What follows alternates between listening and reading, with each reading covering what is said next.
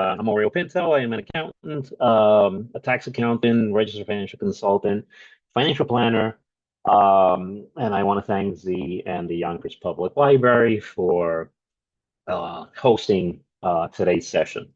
So now that the summer is finally here, especially over the last couple of days, um, we've always talked about budgeting and finances and how to save and how to set goals and how to plan. So we figured that this month's session should be on traveling smart and how to budget your way to a beautiful adventure. Um, so we'll cover different things that'll go from a day trip to a weekend to probably like a longer stay. We'll go through the different things that you should consider when you're planning your trips and once you're in it and how to save money but still have fun. Why travel on a budget? We've all of our sessions always go through saving money, having an emergency fund, always having a budget, knowing what your income is, knowing what your expenses are, keeping track of those. But there's always one piece that should be part of your budget, and that's the fun part, traveling. So travel is the only thing that you can buy that makes you richer. So I like that quote. Sally picked that one. It's great because it's actually something that a vacation or even if it's like a day trip or a weekend trip is not only calming and relaxing, but it's also enriching. You know, you need to recharge your batteries. So the benefits of traveling, you can travel more, or the benefits of traveling on a budget, I should say. You can travel more with less financial stress, enjoy your experiences over the expensive things. And that's the enrichment part, where you're getting enriched by the experience and what you're seeing and what you're enjoying, what you're eating, what you're smelling. It's all part of that experience.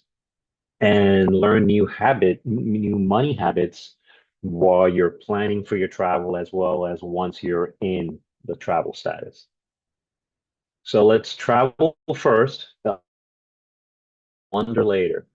So when you're budgeting for travel, you set certain expectations and you try to avoid overspending. You have to consider the transportation mode, the accommodations, food, the fun, the safety piece of it as well. And we'll go through those in future slides. We'll go through those different aspects of that. Tools that you can use, Google Sheets, an Excel spreadsheet with the budget, like we've sent before. We can send another one out later on. There's also the YNAB, which is you need a budget. That's a particular app that you can use, and it helps you track your money and set a budget. And Mint is also an app which is now part of Credit Karma, owned by Intuit. And they also help you kind of keep track of your finances, not only for travel, but in general. So it's more of a budgeting um, application. And one of the fun tips, rename your savings account to wherever you're going. So let's say you want to go to Italy, you can name that particular fund the Italy Fund. Just like we have an emergency fund, if you have a certain emergency and you have that savings, so you should set up a separate account in your mind or in an envelope as part of your goals, and you name it, the Italy Fund, Spain Fund, Midwest Fund, if you like to go look at the national parks out in the Midwest, name it, and that kind of helps you visualize it as part of your goal. So let's start with day trips. Day trips on a dime. Those are the most affordable ones. They're the short ones, but you can still have a lot of fun with those. Visiting local museums. There are free days. Some museums are free, some museums is just based on a contribution. If you have a membership, there's usually reciprocal admissions to different museums within a particular network or even within a particular region of the country. And you can do museum hopping, go from museum to museum, hikes and parks. Uh, Here in New York, a lot of people don't know we have a lot of trails over the aqueduct or right by where the aqueduct lines are. They're beautiful trails and they go everywhere from upper Manhattan as far north as you can go. It keeps on going into the next counties. And you can cross over the bridge and do it on the Rockland side as well. Beach and lake picnics. Those pack a picnic bag, sandwiches, chips, salads. Go to the beach. Go to a lake. Go to a park where then you can go through like a hike or do like a trail. Those are always nice to do if you have kids or pets. That's always good as well. And local festivals. Now that the summer is here, there'll be music festivals. There are movie festivals where they do outside movies. And you can make those a day trip. Look for one that's outside of your local area, way upstate or out in Long Island, uh, and see if there's a local festival or like a movie, a night movie, outdoor movie showing, and pack also like a snack or like a little picnic basket and do that as well. Well, that's one of the tips. Bring your own lunch, and it's nice to do with the family or friends. Just get together and enjoy and go out. Now, when you're doing flights, you have to look at what is more economical and the different tricks. So there's a lot of books out there on how to book flights and the tricks behind them. Usually, if you book flights on a Tuesday or on a Wednesday, you wind up getting better seats or better prices, depending on the airline and depending on the location that you're going. Start looking at dates between 6 and 8 weeks ahead of time. If you're going international, 2 to 4 months ahead of time in order to be able to get a good seat and a good flight if you have any connections that you need to make, you can get the good connections and not have long layovers. One of the tools, or several tools that you can use, is Google Flights, where it gives you a summary of the flights based on the city that you want to visit. There's another website called Hopper, and there's one called Skyscanner. And they're an aggregate program. So when you go through the searches, they go out and they pull all the flights from different airlines for the cities, the dates, and the hours that you kind of put if you want the morning flights or afternoon flights. And you look around, look for the best one. Now, flights on airplane, they use a system which is a dynamic seating and dynamic pricing, which means that if I was to look for a flight right now, let's say to Florida, let's say to Orlando, and somebody else, and we've actually done this, somebody else is also looking at it, and we are side by side. I'm on my computer, you're on your computer. We both look for flights from New York. We select the same airport, and we're both going to Miami or Orlando, let's say Orlando. We're going to wind up with different prices on the seats, and even the availability of the seats will be different. And that's because of the dynamic pricing. Airlines price the seats based on the traffic of inquiries that they're getting on their site for those flights. So the more inquiries they get or the more searches they get for a flight to Orlando on a particular day, the more the prices will change with each of those search results. Because they know that if there's a high demand, they can charge a little bit more on the seats and on those flights because they know that they're going to be able to sell those seats. The closer you get to the date of the flight, there aren't enough seats sold. The airlines will lower the prices in order to move those seats much quicker. So it's kind of tricky because if you book it really early, you can get a good flight, good seat. But sometimes when you wait a little bit more and you do it a little bit closer to the actual date of the flight, you might get even a cheaper seat, but it depends on the demand for that particular flight. So it's kind of difficult to track it and to see whether that's one of the flights that you should kind of wait a little bit longer to see if you get a better price. So it's dynamic seating pricing because of that's how they sell all their seats. And if they reach a point where they have not sold a certain number of seats, they all have a minimum that they need to sell, then they'll cancel the flight because the flight's not going to pay for itself uh, if they don't have enough seats sold.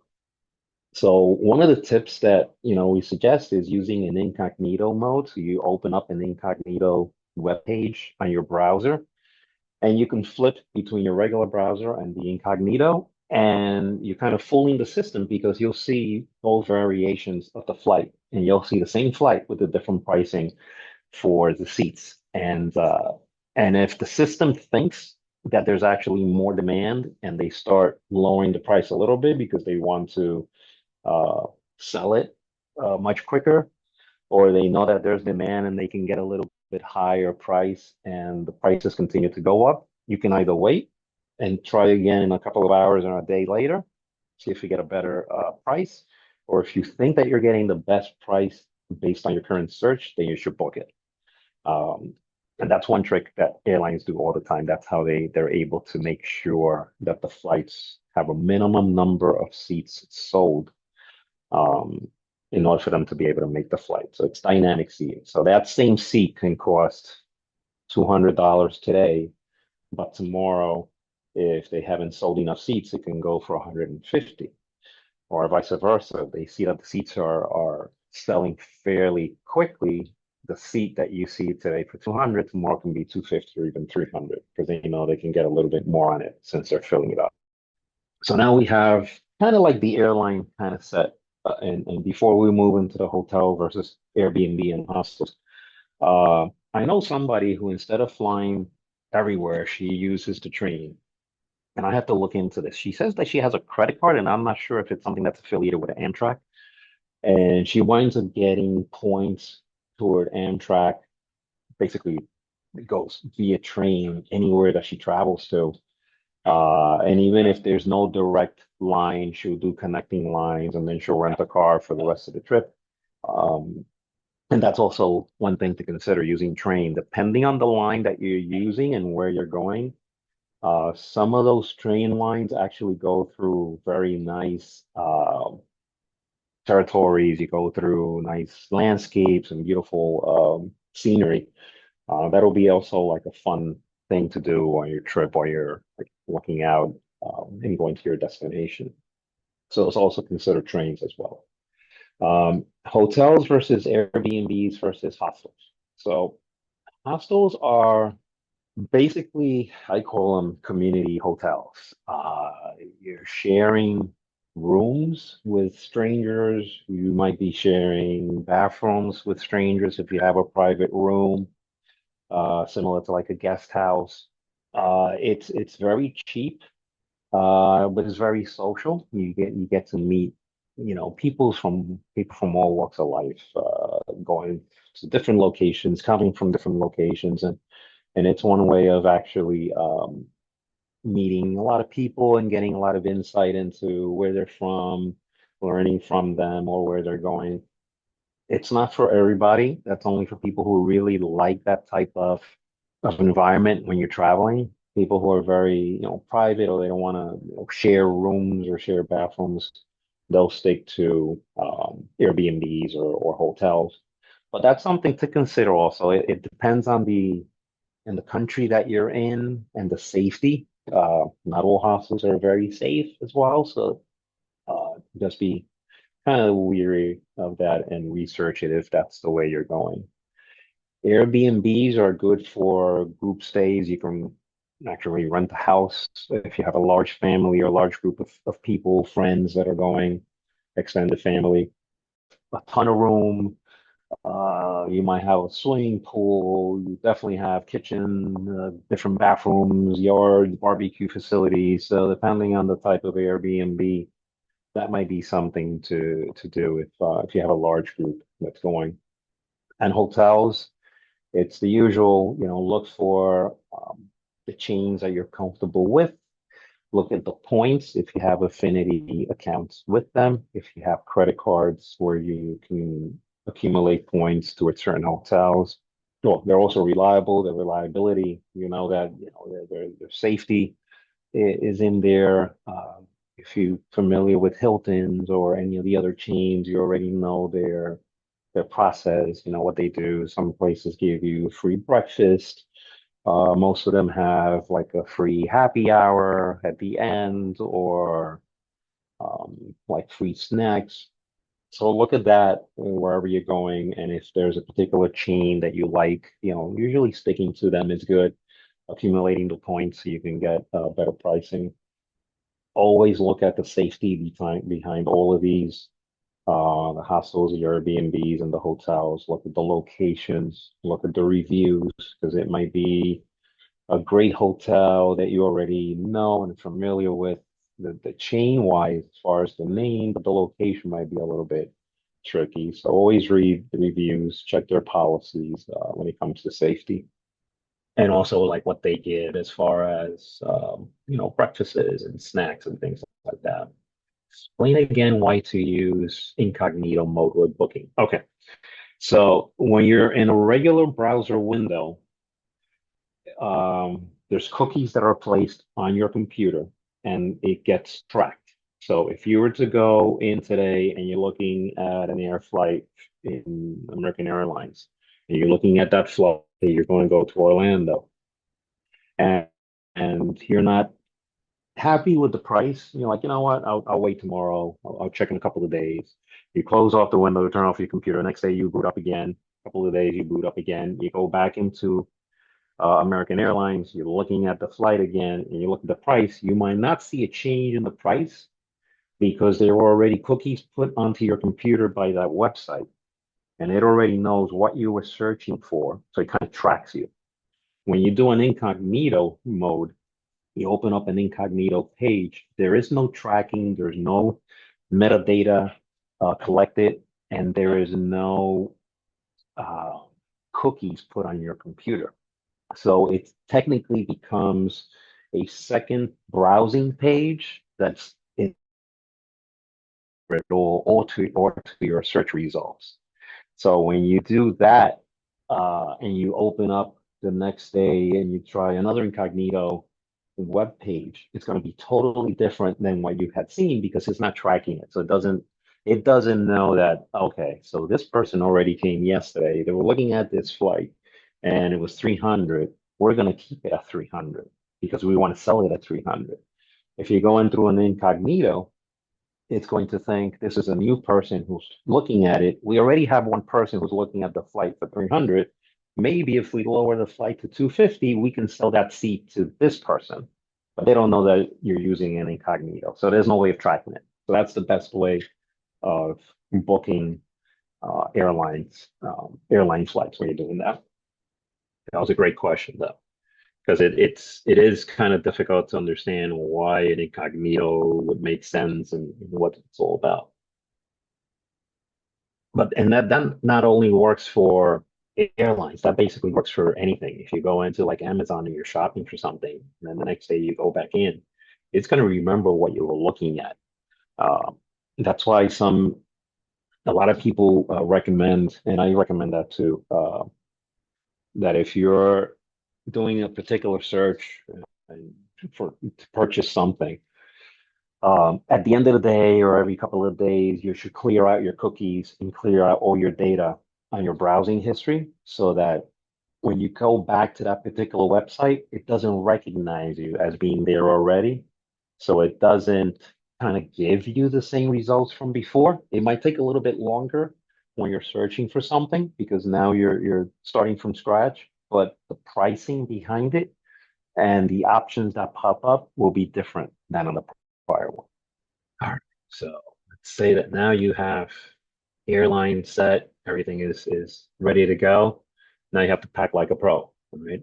Whether it's a day trip, you don't really need to do much. Overnight, not too bad. But when it comes to like a long weekend or even like a week, you can pack fairly light and still get away with a carry-on.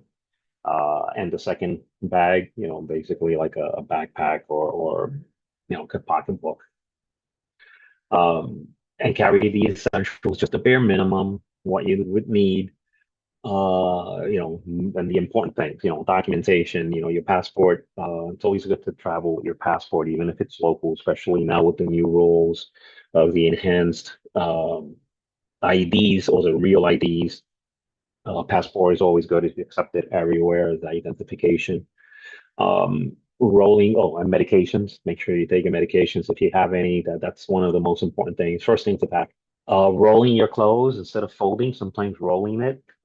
Military usually does that as well. They fold it and they roll in a certain way that they can pack a ton of things in a duffel bag. Rolling it, you can pack a fairly good number of pieces of clothing in a carry-on. Packing tubes, those are those little cubes or packing cubes. Those are little cubes that you can buy. Amazon has them, CVS has them. In order to put the small things, the essentials as far as deodorant and cologne and hair brush and things like that. So they're not rolling everywhere. You kind of put it into a little cube and stash it. Multi-use outfits, things that you can switch for day use or evening use. Use it multiple times. Always carry a power bank for your phone, chargers, and things like that. Travel insurance, that's one of the important things that some people don't really think about. Um, so I'll go through the basics of travel insurance 101. Why does it matter in case of emergencies, cancellations, or lost items? So there are different ways of getting travel insurance and also depends on the type of flight. If it's domestic, you'll get a certain type of insurance. If it's international, there's a different kind of insurance with more add-ons. And there's several providers. One is Alliance, which is the most popular one, and those usually pop up automatically when you book a flight online toward the end of your invoicing process and checkout process. It'll say, do you want insurance? And 99% of the times it'll be Alliance, depending on the airline. There's another company called World Nomads and one called Safety Wings. I'm familiar with Alliance. We've used that one a lot. And what it does is it covers the added expense or replacement if based on an emergency you cannot make the trip. So if you come ill and you cannot make the trip and you have medical documentation, either you'll get reimbursed for the cost of the flight or they'll convert the ticket to like an open ticket where you can just change your reservations to another date and another time. So it's good for emergencies. It's good for cancellations when it's out of your control. The airline cancels it. There's some other, weather emergency or whatever the case may be, and there's a cancellation. Any added expenses that you had as a result of that cancellation, let's say your flight was canceled and you weren't able to fly out back home, and you already checked out of the hotel. Now you have to look for a hotel.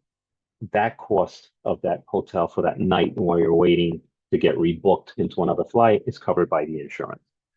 If you have connecting flights and the connecting flight gets canceled, the same thing would happen. The same type of coverage. You would then now wait until a connecting flight is available, and if it's going to be overnight, the hotel gets covered by the travel insurance.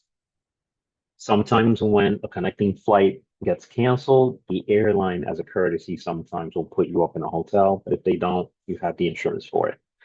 And for lost items, so your luggage gets lost, the insurance usually will cover it if it was out of your control, uh, if it's as part of the actual travel or switching from plane to plane. One thing to look for, one of the tips is to look at your credit card benefits.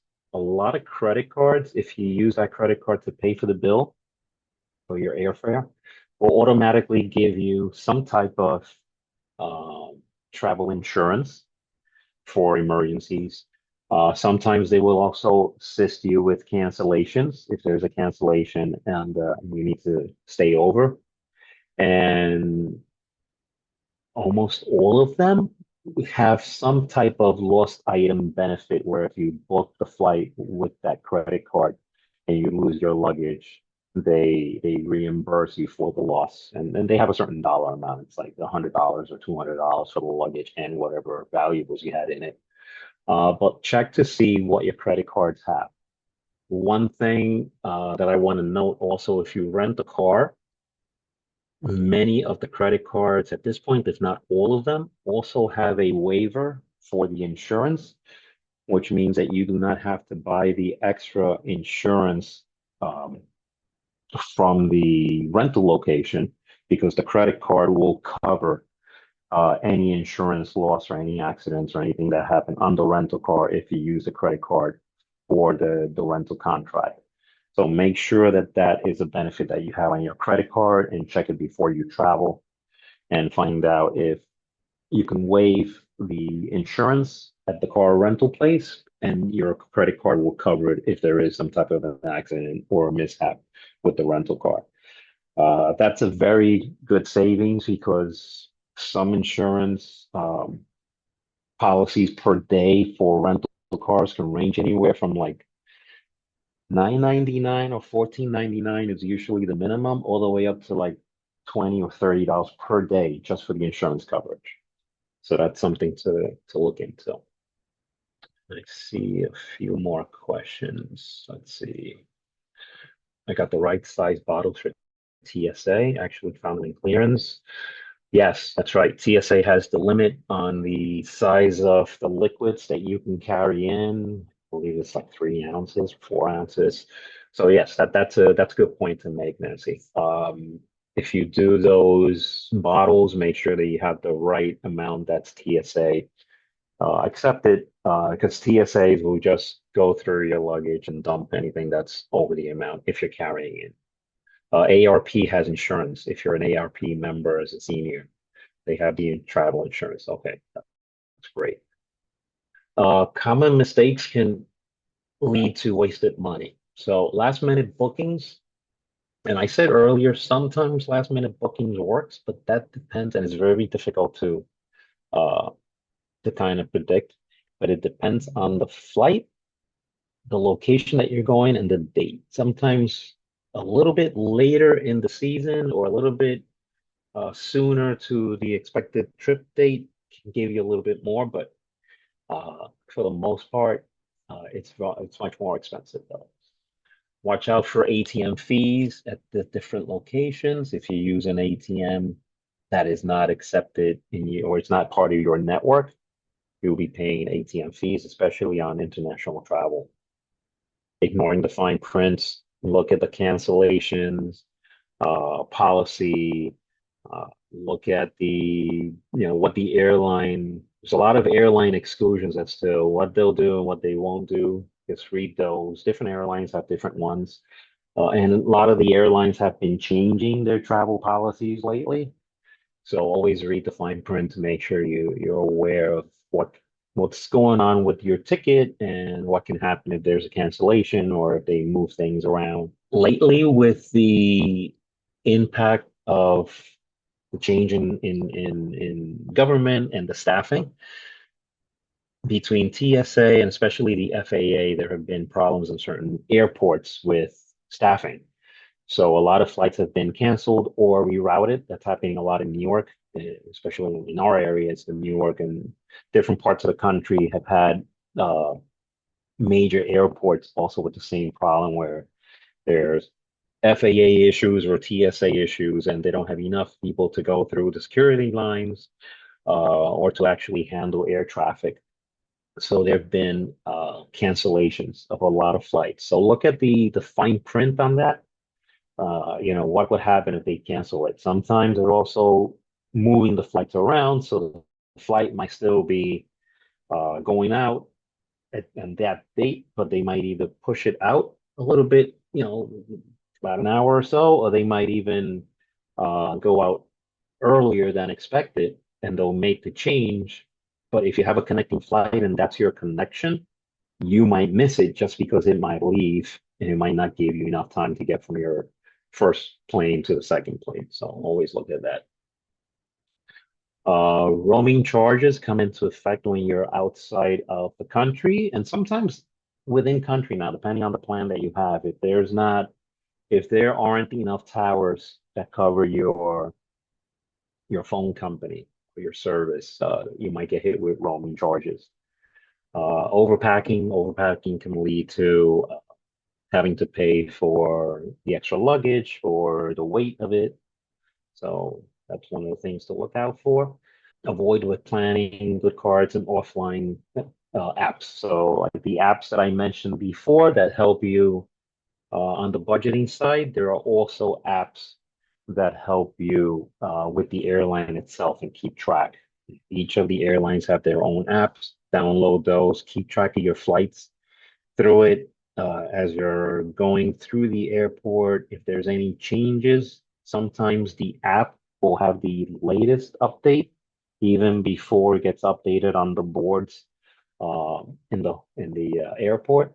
So look at that. As far as good cards, your credit cards, make sure that the credit cards that you're using have the travel insurance, so they have a lot of them also have travel services. I know Amex does that, where you can arrange for travel, airlines, and things like that through air flights through Amex, and they'll help you out. The comments when flights are overbooked, I get a voucher if I give up my seat. Yes, that also happens. If you don't have to worry about connecting flights or you don't have to, be home at a certain time, you can take a later flight or give up your seat. You will get a voucher from the airline for a future flight. So a lot of people will do that, and then that kind of gives you at least one ticket for your next vacation, and so you're in good shape. Bonus tips and freebies. Free walking tours. A lot of locations have free walking tours. The festival, like I said earlier, also good. Happy hour deals. Hotels usually have a happy hour. And there's one hotel chain, I think it's the Hilton, where in the evenings they'll have every night of the week they'll have something that's free. They'll do like hot dogs or burgers or one free drink, and they always have like the cookies and the sodas and the juices at night. And yeah, I think that's the Hilton. They do that every day. So, and a lot of them are starting to do that as well because they want people who are staying over to stay longer with them or to enjoy what they're doing so that that's part of their goodwill, so that people come back to their chain. Rewards and points. Look at the rewards program with hotels and airlines, um, and credit cards. A lot of credit cards let you choose the type of affinity program that you want. And if they have cash back, you can do cash back, or you can do airline points, or you can do hotel points, and then you can convert them to whichever airline or hotel you want to use. So always look at those because those usually pile up very quickly if you use credit cards a lot. Um, and remember, pay them off as quickly as you can. Don't carry the cost because the interest that gets charged and any penalties get that you incur because of late payments or not paying the minimum amount will outweigh any rewards that you received. So only use the rewards and the points based on your credit card usage if you can pay for your credit card bills. And again, travel cards, the loyalty program, similar to rewards and points. QR code, budget checklist, download. We can send the budget sheet out. We've done it. I think we did it a few sessions ago, a few months ago. We can send one out too, and that'll kind of help you keep track of your budget for travel. You can actually set up just a travel budget with what you're planning to, where you're planning to go. You come up with an estimate for what it is, and you set up a savings goal and put the money away for the different aspects of the travel, the airline, the hotel, car rental, and the food and things like that. Action plan for today, based on what we were talking, you choose a destination. And a lot of you already in the chat put more or less where you are planning to go or what your plans are. Open up a savings account or set it aside in your savings account, but make sure you keep track of it in in either like a Google Doc or Google Sheet or an Excel spreadsheet of how much you're putting away into your savings account for travel only, so you don't tap into it by mistake. And start searching for your flight data. Use the web pages for each of the airlines. Do the incognito sheets to see if you can get an incognito web page to see if you can get a better pricing. Track the pricing, see if it's going up or down, and start looking at hotel rates and things like that. Travel is always possible. It's just step by step. It's a savings process, just like we do with emergency funds, with investments, with your retirement plan. Everything has to be through a system, a methodical process. So you set a goal, and then you look for ways of funding it. There are several books on how to budget for travel. One that we reviewed was the Budget Travel for Dummies book by Jeffrey Morrison, and he has very good ideas in here. He's traveled over 60 countries on 6 continents, and he's basically gone through all the states. And a few of the key takeaways are smart planning, right? Learn to select the destinations, set realistic budgets, and find the deals on flights and accommodations. The second takeaway is travel light. Discover how to discover tips for packing efficiently, which will make it easier for you to travel with just for carrying on, like I said earlier. The financial savvy piece of travel, understand how to minimize bank and credit card fees when you're traveling, and how to navigate travel insurance and also health insurance. One thing to look at is when you go outside of the country, if you need medication or if you need medical help, check to see if your insurance is actually accepted for out of country medical processes. If you have to go to an emergency room or hospital or a doctor outside of the country, and also even within some states have a different billing process than your home state. So look into that if you're going to fly out. It's always a good idea to call your insurance and say, I'm going to be going to this particular state. Is there anything I should know that might be different for health insurance if I need to go see a doctor? And also if you do it outside of the country, it's something important to know. Flexibility is the key as well. Embrace spontaneous travel by staying adaptable and open to changing plans. That's one of the takeaways from this book. So even though you're traveling, you have a set date, if your calendar is fairly flexible and you see that you might be able to go a little bit earlier and there might be a better price on the airline or the hotel, look at that. That might work even better. And embrace spontaneous travel. I mean, a lot of people do that like on a weekend travel. They'll say like, hey, man, why don't we go overnight? Let's go up to, I don't know, Lake George, or let's go up to Long Island, out to Montauk somewhere. So that's always something that's fun to do. And another key takeaway that he has is avoid pitfalls. Identify and steer clear of common travel mistakes that can lead to unnecessary expenses. Those depend on renting. Let's say one of the examples that I always come up with is renting a car as opposed to using public transportation. Depending on where you travel, if it's a major city, it might be better just to use public transportation, bus, trains, trolleys, whatever they have, even like an Uber or Lyft. It's usually much cheaper than renting a car. Imagine if you're a tourist from outside of New York and you come to New York and you try to rent a car in the city. Parking it in the hotel will cost you $50, $60 a day, easy. And traveling around Manhattan in a car, it's not going to be any fun. So a lot of major cities, the same thing happens. It's really doesn't make sense to rent a car. If you're going somewhere like in Florida, Midwest, or some of the other states where you can actually drive to different locations and it's easier to park and drive in order to enjoy what you're doing. So look into that. That's one of the travel mistakes that always comes up. So that's a good book to have, prioritizing your experience, right? So why does it matter? Everybody needs a break. You need to go on vacation. You need to have a recharge date, recharge your batteries, go away for a day or two, even if it's like a day or two or a weekend. Memories are better than just buying stuff sometimes. It's the adventure, it's the enriching experience of going away somewhere, seeing something that you're always going to remember that. You're always going to remember that occasion, how it was like, what the experience was like. Um, Journal prompts, like what memory are you saving for? I know a lot of people who do journaling and they do it before the travel as part of their goals, like what they want to look at, what they want to see, what they want to experience, and why.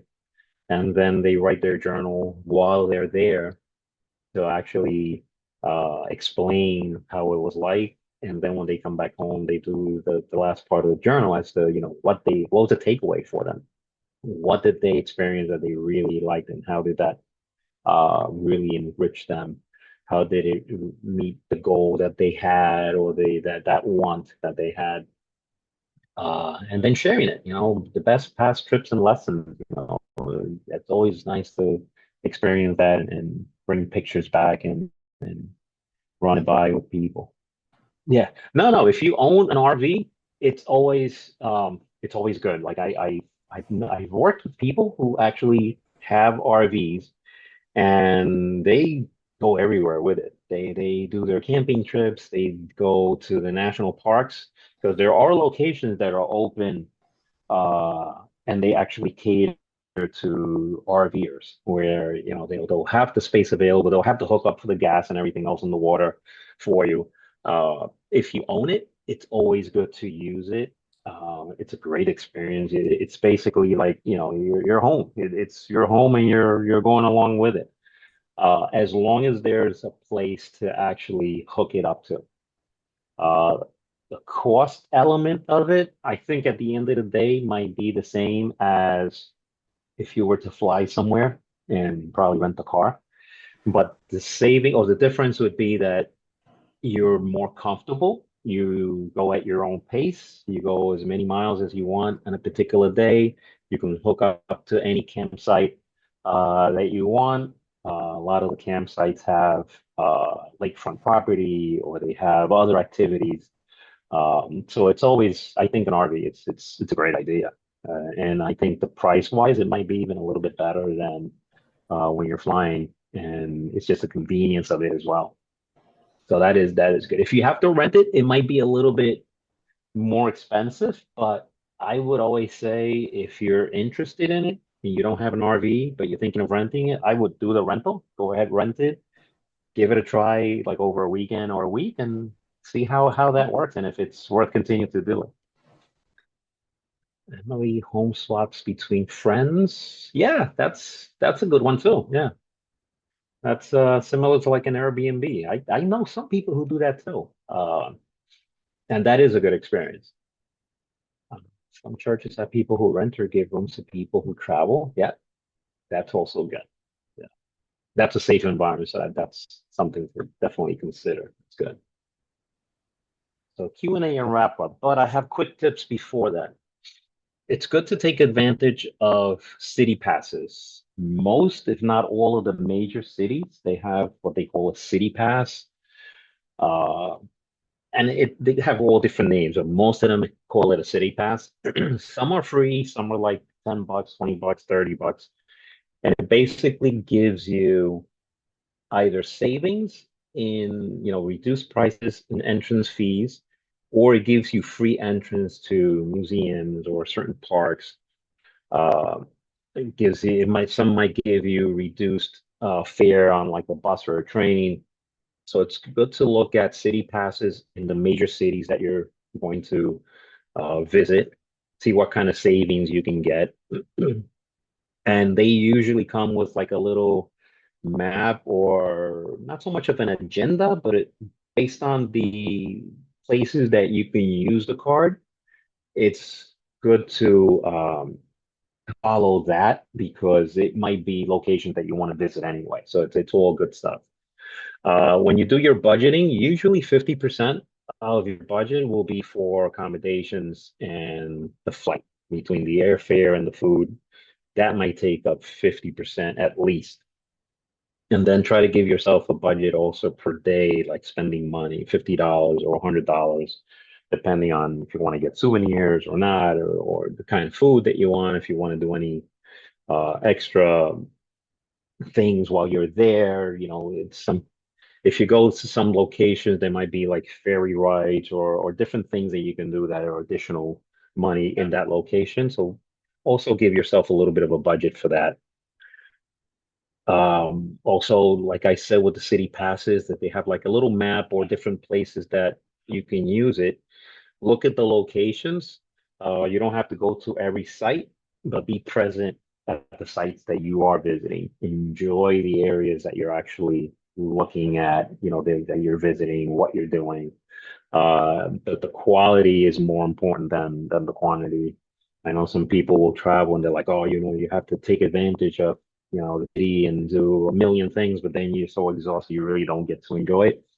So you don't have to do everything, but be present at what you're doing. And quality is much more important than quantity. Um, Also determine how much cash you're going to take with you.